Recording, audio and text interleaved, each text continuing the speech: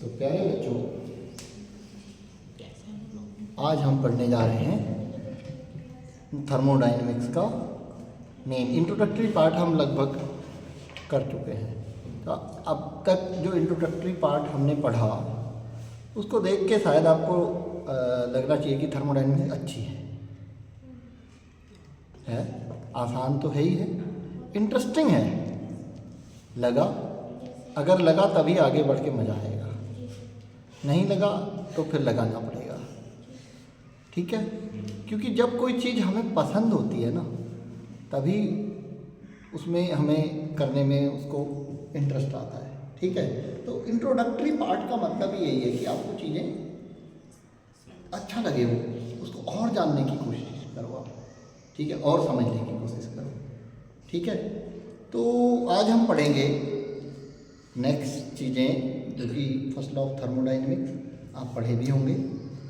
पढ़े हैं first law of thermodynamics? पढ़े हैं ना? ठीक है, उसके बाद हम पढ़ेंगे स्पेसिफिक हीट। ठीक है, उसके बाद हम पढ़ेंगे एंथैल्पी। ठीक है, लगभग इतना ही कर पाएंगे आज शायद। ठीक है, first law of thermodynamics, specific heat and enthalpy के बारे में पढ़ने जा रहे हैं। ठीक है, अब आजकल बेटा एक चीज़, अब मैं ये YouTube वीडियो बना रहा हूँ, लेकिन YouTube पे मौजूद वीडियो को ही अभी क्रिटिसाइज़ करने जा रहा हूँ। क्या YouTube पे आप कई ऐसे आजकल देखते होंगे कि free energy videos, free energy के कोई इलेक्ट्रिसिटी जनरेट कर रहा है, कोई कुछ जनरेट कर रहा है और आपको दिखता है वो हो रहा है, बट एक चीज़ भूल जाते हैं, first law of thermodynamics. First law of thermodynamics सीधे सीधे आपको ये बता देता है कि एनर्जी तब तक पैदा नहीं होगी जब तक कि दूसरा फॉर्म ऑफ एनर्जी कंज्यूम हो। मतलब आपको अगर एनर्जी प्रोड्यूस करनी है तो आपको कोई ना कोई फॉर्म ऑफ एनर्जी यूज़ करनी पड़ेगी। बिना उसके कोई भी एनर्जी आप जनरेट नहीं कर सकते, बिल्कुल। ठीक है, लेकिन YouTube पे आपको कईयों में दिखेगा, कोई मैग्नेट से कर रहा होगा, कोई किसी चीज़ से कर रहा होगा, बस कर रहे होंगे। ठीक है, तो वो पॉसिबल नहीं है। कुछ चीज़ें हैं भी, खैर एक इनर्शिया से रिलेटेड वाला वो थोड़ा लगता है, वो इनर्शिया से करता है काम, उस पर वर्किंग मॉडल बन भी चुके हैं। खैर, लेकिन कई ऐसे फर्जी हैं जो बच्चों को लगता है हाँ वाकई हो जाएगा। आप लोग देखेंगे फ्री एनर्जी के बारे में बहुत उल्टी सुल्टी वो होता है क्या, मतलब उसमें एनर्जी सप्लाई के लिए इनविजिबल वायर्स लगा देते हो, सप्लाई हो रही होती है, लेकिन आपको लगता है अरे ये तो काम कर रहा है, वीडियो में दिख रहा होता है। चलिए, तो उन पर बिलीव नहीं करना है। फर्स्ट लॉ ऑफ थर्मोडायनेमिक्स को बताने के लिए सबसे बढ़िया चीज़ ये है कि एनर्जी के फॉर्म्स एक दूसरे में चेंज हो सकते हैं खाली, यानी कि एनर्जी कहीं ख़त्म नहीं हो रही है, ना ही कहीं पैदा हो रही है। ओनली एक फॉर्म ऑफ एनर्जी दूसरे फॉर्म ऑफ एनर्जी में चेंज हो रहा है। जैसे अब सिंपली हम समझें, अगर कहें आग जल रही है तो टेक्निकली हमें लगता है एनर्जी पैदा हो रही है। टेक्निकली हमें क्या लगता है, एनर्जी पैदा हो रही है, लगता है ना, आग से एनर्जी निकल रही है तो एनर्जी उत्पन्न हो रही है, हमें लगता है। क्या वो उत्पन्न होना सही वर्ड है? एनर्जी प्रोड्यूस होना, एनर्जी प्रोड्यूस हो ही नहीं सकती है। एनर्जी जितनी है इस यूनिवर्स के अंदर वो उतनी ही है, वो एक फॉर्म से दूसरे फॉर्म में ट्रांसफॉर्म हो जाएगी। ठीक है, तो आग जल रही है तो बेटो ये बताइए कि कौन सी एनर्जी किस एनर्जी में कन्वर्ट होती है आग जलने के दौरान? कौन सी एनर्जी में कन्वर्ट हो जाती है? आग जलना तो देखा है सबने, तो किस तरह की एनर्जी में बदल जाती है आग जलने में? कंबशन, बिल्कुल सही, कंबशन होता है। तो which kind of energy is change into which kind of energy during combustion?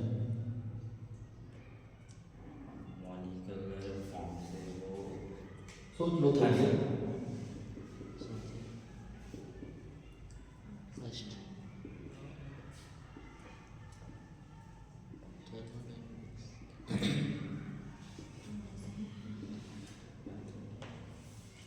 Molecular क्या कहा? मॉलिक्यूलर चेंज से ऑक्सीजन और जब जो मॉलिक्यूल्स हैं ऑक्सीजन के और जो पार्टिकल है वो आपस में ऐसे सही जा रहे हो। मॉलिक्यूलर एनर्जी हीट एनर्जी में कन्वर्ट हो रही है, हीट पैदा होती है ना जलने में। और मॉलिक्यूलर एनर्जी यानी कि उसके मॉलिक्यूल जो भी चीज़ जल रही है उसके मॉलिक्यूल्स में कुछ एनर्जी होगी, ठीक है। वो एनर्जी किस फॉर्म में चेंज हो रही है? हीट एनर्जी, ठीक है। या जनरली मॉलिक्यूलर एनर्जी है, पोटेंशियल एनर्जी है, काइनेटिक एनर्जी है, इन सारी एनर्जीज को मिला जुला के एक नाम देते हैं हम फिजिकल केमिस्ट्री में। क्या नाम देते हैं? Internal energy. क्या नाम देते हैं? इंटरनल। किसी भी सिस्टम के अंदर कई तरह की छुपी हुई एनर्जीज होती हैं, उनको बेसिकली हम मिला जुला के कह देते हैं। उसमें मॉलिक्यूलर भी आ जाती है, उसमें वाइब्रेशनल भी आ जाती है, उसमें रोटेशनल भी आ जाती है, उसमें ट्रांसलेशनल भी आ जाती है, ठीक है। ये सब मॉलिक्यूलर एनर्जीज के फॉर्म है। क्या? वाइब्रेशनल, रोटेशनल, इलेक्ट्रॉनिक, ठीक है, ट्रांसलेशनल, ये मॉलिक्यूलर एनर्जी के फॉर्म है। इसके अलावा मॉलिक्यूलर एनर्जी के अलावा जो है एक पोटेंशियल एनर्जी भी होती है, ठीक है। इन सब के सम टोटल को हम नाम देते हैं क्या? Internal energy. ई से रिप्रेजेंट करते हैं। कई बुक्स में आपको यू से भी रिप्रेजेंट करा हुआ मिलेगा। यू, इंटरनल एनर्जी का सिंबल क्या होगा? यू, ठीक है, या ई, आपको जो ठीक लगे वो आप यूज कर सकते हैं। This is what? Internal energy. अब हम first law of thermodynamics is about what? Is about interchange of energy from different forms. एक फॉर्म से दूसरे फॉर्म में एनर्जी का क्या होता है? इंटरचेंज। इसके कई सारे वो भी है, interchange of energy.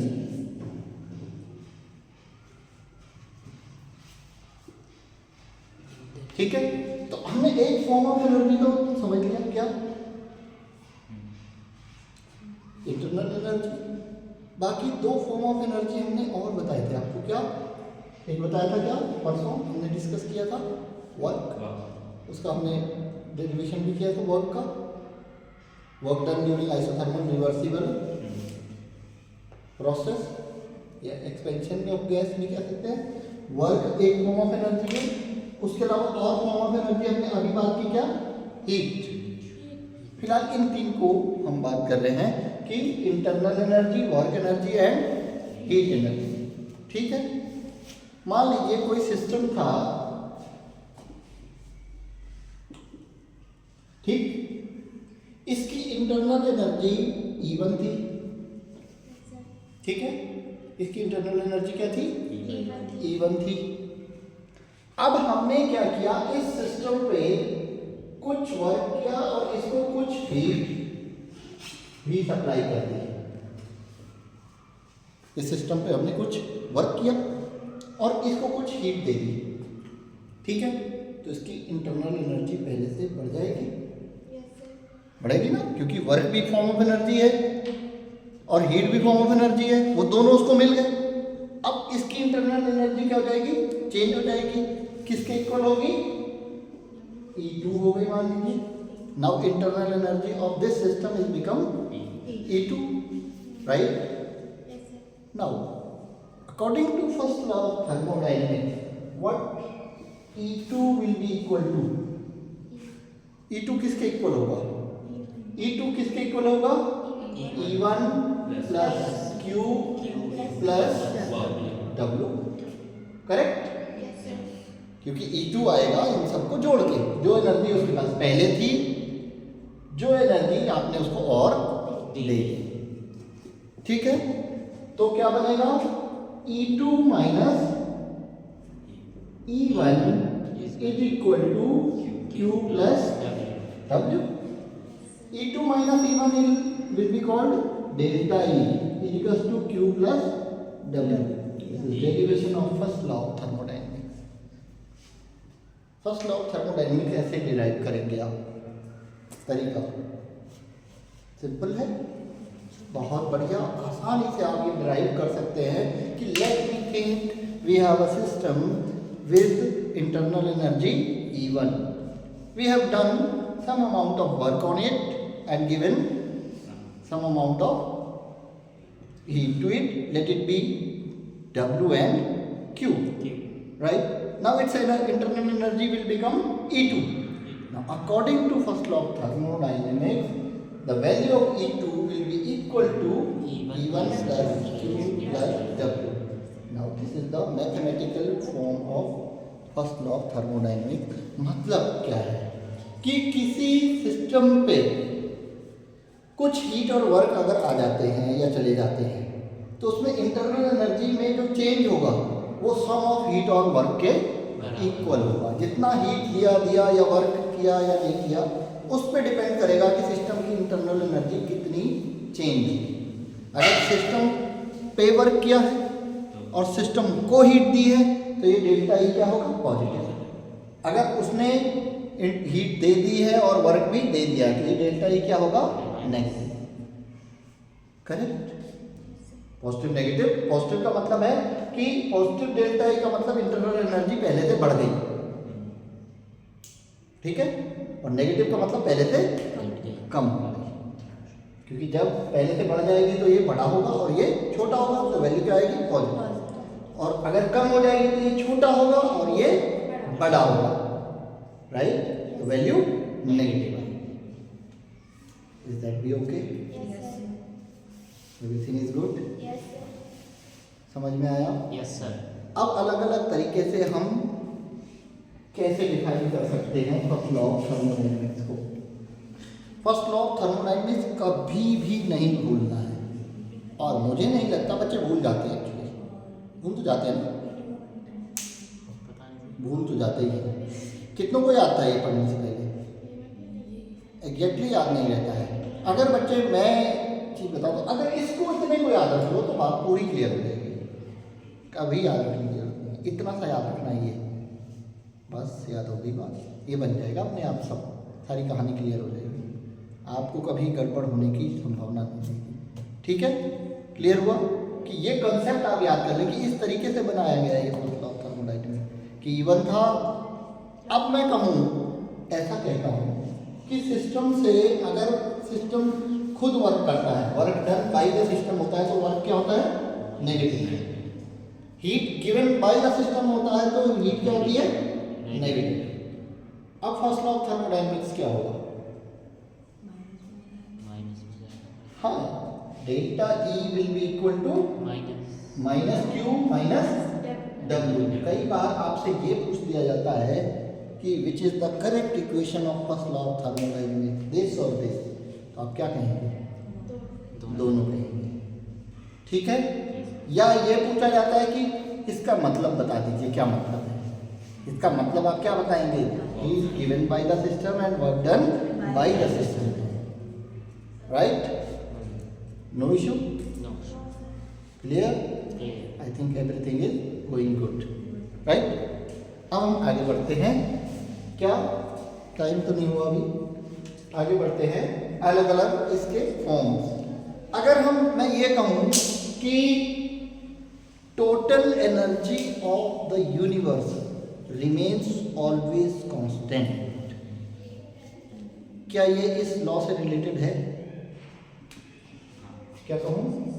Total energy of universe remains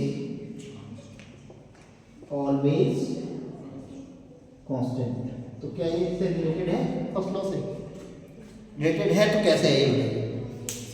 कोई भी वर्क डन होगा वो Q प्लस W के फॉर्म में होगा तो हमेशा ही या तो एनर्जी का गेन होगा या लॉस होगा. तो उसके अलावा कोई चेंज नहीं आएगा.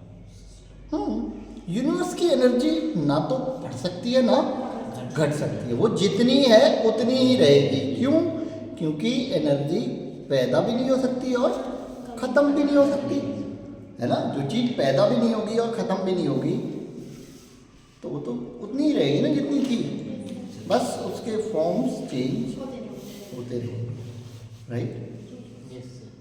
कोई दिक्कत? यूनिवर्स की एनर्जी हमेशा बराबर बनी रहेगी. एक का एक ये पहला कॉन्सेप्ट. इसके कई सारे कहने के, फर्स्ट लॉ ऑफ थर्मोडायनेमिक्स को कहने के कई तरीके हैं, तो हर तरीके पे हम बात करेंगे। दूसरा तरीका, अगर मैं यूनिवर्स हटा दूँ, इसकी जगह यहाँ डाल दूँ total energy of an isolated system. Universe भी एक क्या है, आइसोलेटेड सिस्टम है। आइसोलेटेड सिस्टम कहते हैं कि यूनिवर्स में कोई बाहर की एनर्जी भी नहीं आ रही और यूनिवर्स की एनर्जी कहीं बाहर जा रही है। तो यूनिवर्स आइसोलेटेड सिस्टम है, तो यूनिवर्स के बदले हम क्या ले सकते हैं, आइसोलेटेड सिस्टम। तो भी फर्स्ट लॉ मीन क्या हो जाएगा, total energy of an isolated system remains always constant. Second statement of first law of thermodynamics means total energy of an isolated, कितना सा ऐड करना है, of an isolated system remains always constant. ये वही आएगा, total energy remains always constant. या ये कहें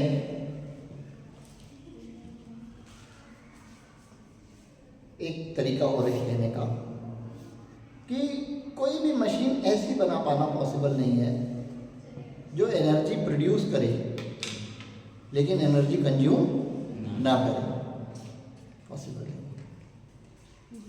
मतलब we cannot prepare any perpetual machine which can work without consuming any form of energy। मतलब बिना एनर्जी को लिए कोई भी ऐसी मशीन नहीं बन सकती है जो वर्क कर सके, ठीक है। तो means we can not prepare any machine next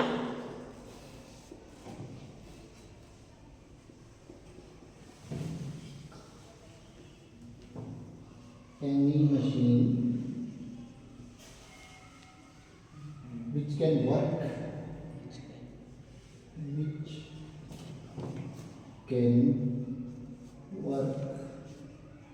without consuming any form of energy।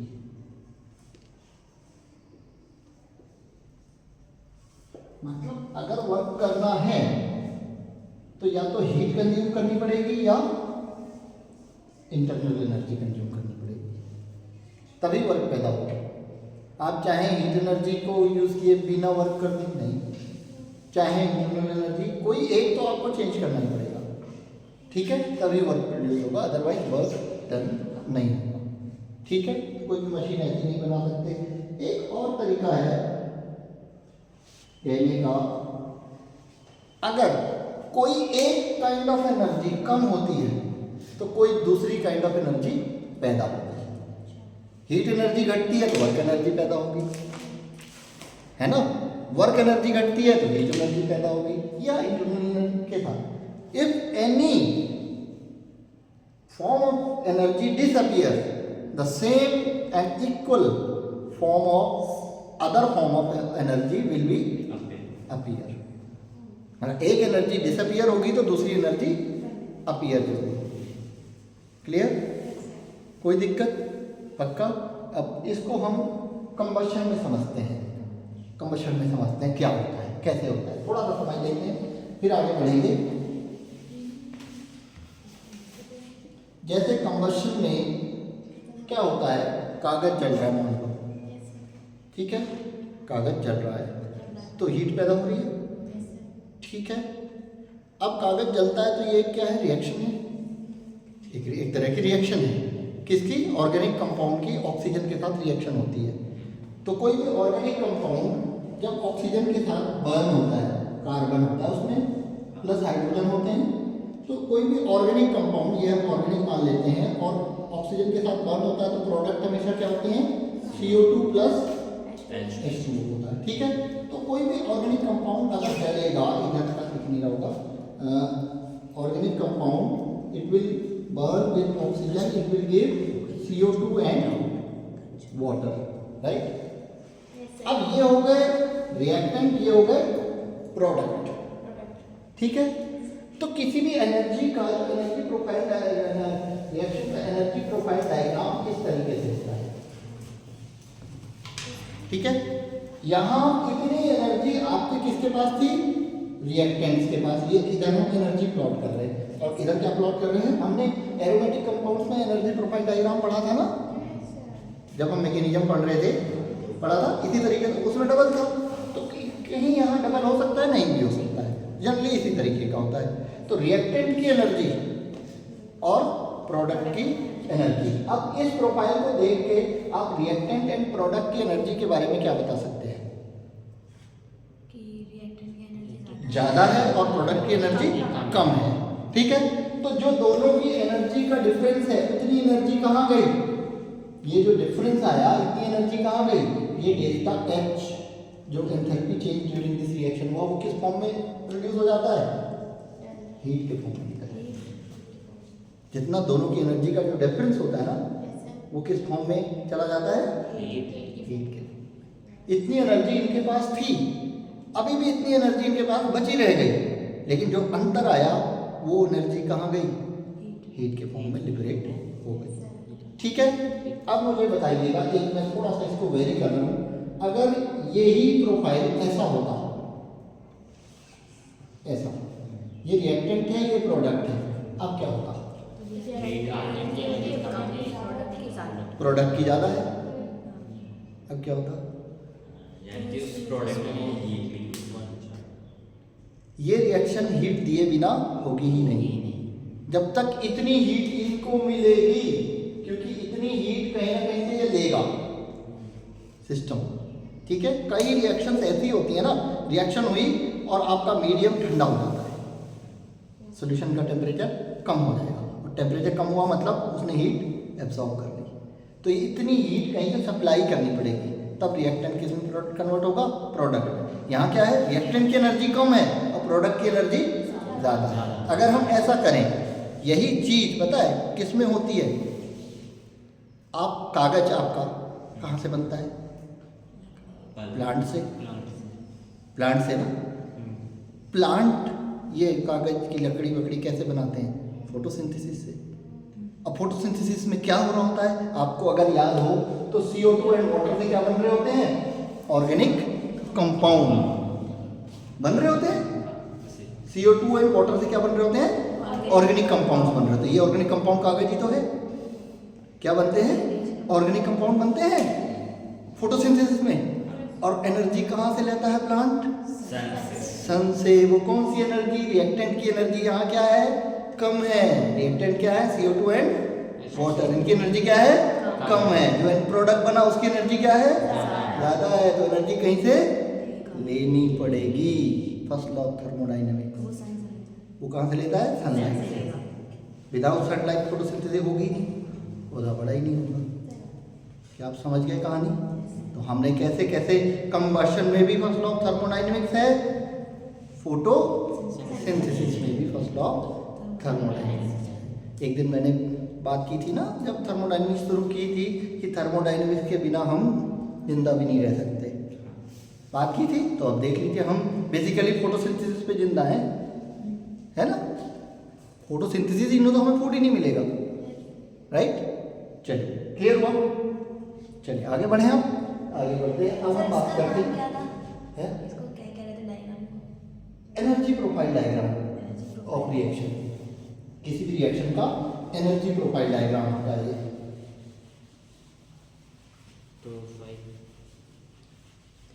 अब हम बात करेंगे बच्चे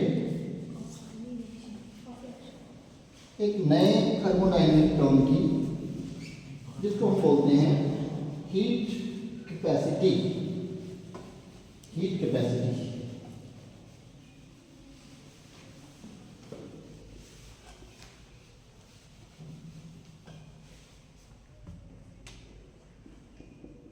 हीट कैपेसिटी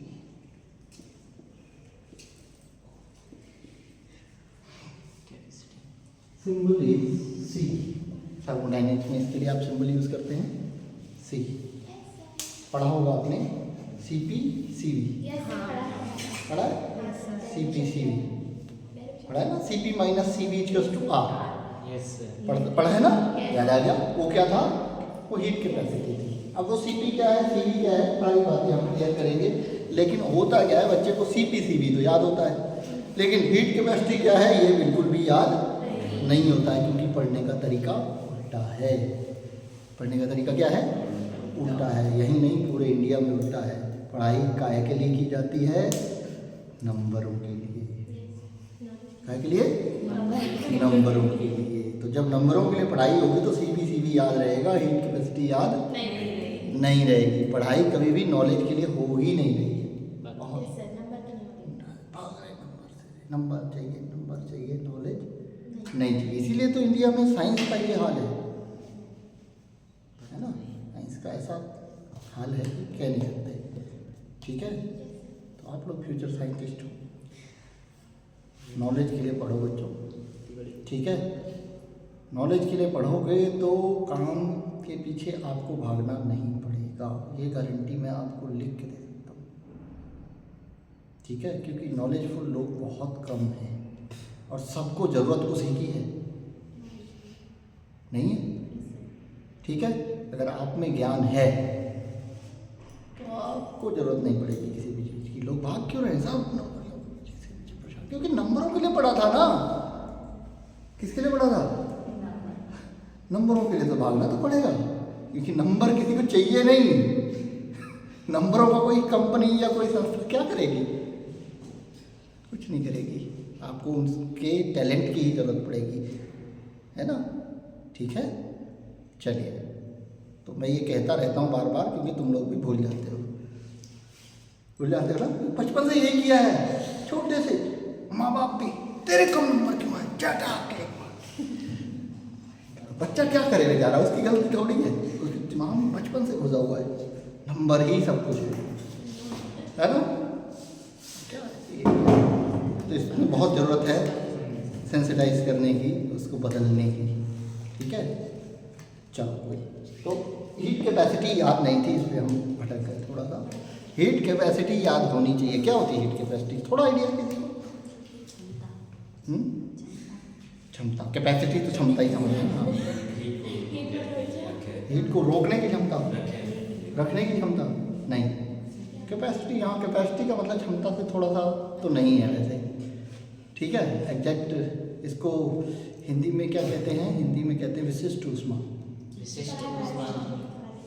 हिंदी में एक्चुअली विशिष्ट ऊष्मा कहते हैं। स्पेसिफिक हीट या हीट के स्पेसिफिक हीट कैपेसिटी भी कहते हैं। कई सारे स्पेसिफिक हीट और इसमें थोड़ा सा अंतर है हालांकि। ठीक है, लेकिन हिंदी में विशिष्ट ऊष्मा ही कहते हैं। ठीक है, अब अंतर है ना कैपेसिटी और हिंदी और इंग्लिश में। कैपेसिटी में हीट ऊष्मा क्षमता होना चाहिए था ना, हिंदी तो एग्जैक्ट। कैपेसिटी तो क्षमता होती है, लेकिन वो नहीं है, इसलिए मैंने कहा वो चीज़ नहीं है। अब है क्या?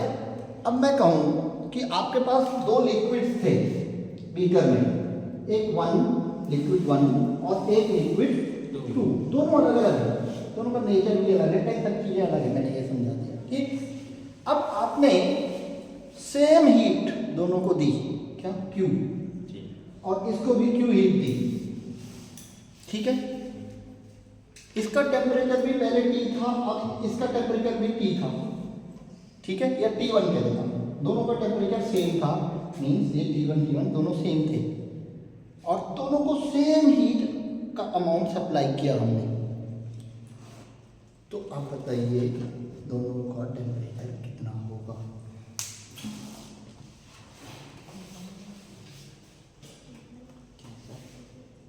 दोनों का टेम्परेचर सेम होगा, अलग होगा? अलग होगा तो क्यों होगा, सेम होगा तो क्यों होगा? बताइए, आपको क्या लगता है? देखो सोचना है, आपको क्या लगता है?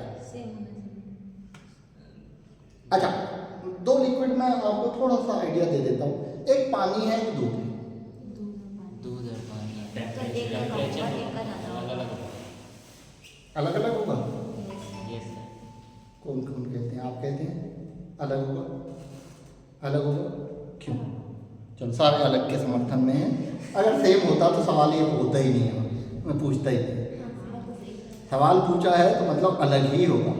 अब बात ये उठती कि क्यों होगा ऐसा? हाँ, उसी से जुड़ी हुई है हीट कैपेसिटी। मतलब कि अलग अलग सब्सटेंस की हीट देने पर टेम्परेचर इंक्रीज करने की टेंडेंसी क्या है? अलग अलग है। कुछ जो है मतलब पर कैलोरी हीट देने पे कितना टेम्परेचर बढ़ जा रहा है, इससे रिलेशन है। ठीक है, यानी कि heat capacity is the amount of heat required to raise the temperature by 1 degree celsius. किसी भी सब्सटेंस का, किसी गिवन सब्सटेंस का टेम्परेचर 1 डिग्री सेल्सियस बढ़ाने के लिए जितनी हीट चाहिए उसको उस सब्सटेंस की क्या कहते हैं, हीट कैपेसिटी कहते हैं। मतलब कि किसी सब्सटेंस, अगर वो 1 ग्राम सब्सटेंस की हम बात करें तो उसको हम स्पेसिफिक हीट कह देते हैं। क्या कहते हैं, स्पेसिफिक। यानी कि किसी सब्सटेंस के 1 ग्राम का टेम्परेचर 1 डिग्री सेल्सियस बढ़ाने के लिए जितनी हीट रिक्वायर्ड होती है उसको क्या बोलते हैं, स्पेसिफिक हीट। ठीक, लेकिन अगर हम अमाउंट हटा दें तो उसको बोलते हैं हीट कैपेसिटी। ठीक है, तो heat capacity C equal to क्या होगा, Q upon delta T। Q upon delta T। कैसे,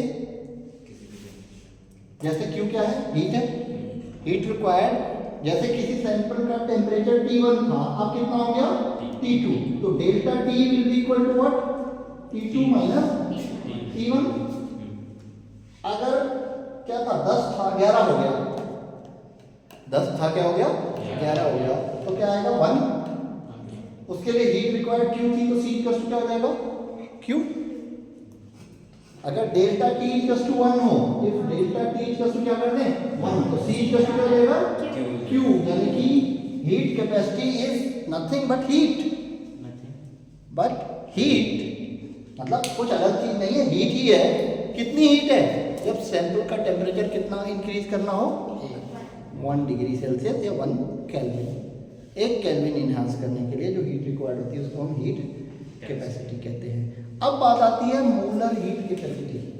क्या, मोलर हीट कैपेसिटी। मोलर में आप क्या कह देंगे, किसी सब्सटेंस के 1 मोल का टेम्परेचर, तो वो क्या हो जाएगी, मोलर हीट कैपेसिटी। ठीक है, जनरली हम बात मोलर हीट कैपेसिटी की ही करते हैं, मोलर हीट कैपेसिटी। ठीक, मैंने आपको इंटेंसिव एंड एक्सटेंसिव प्रॉपर्टीज पढ़ाई थी। तो डियर बताइए, हीट कैपेसिटी जो होगी वो इंटेंसिव होगी या एक्सटेंसिव होगी?